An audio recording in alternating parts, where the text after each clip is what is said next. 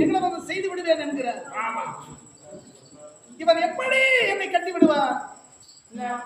சின்னஞ்சிறு வயதில் இவனுடைய தந்தையார் வழங்கிய பாண்ட மன்னன் மாண்ட பொழுது தந்தையினுடைய பாதவிரலை மிழுங்கினான். ஞானம் பிறந்தது சகாதேவனுக்கு. அந்த ஞானம் அறிந்து என்னை ஒரு சமயம் நிகழவன் ஒரு சமயம் என்னை கட்டினாலும் கட்டிவிடல. உடம்பு நடுக்கு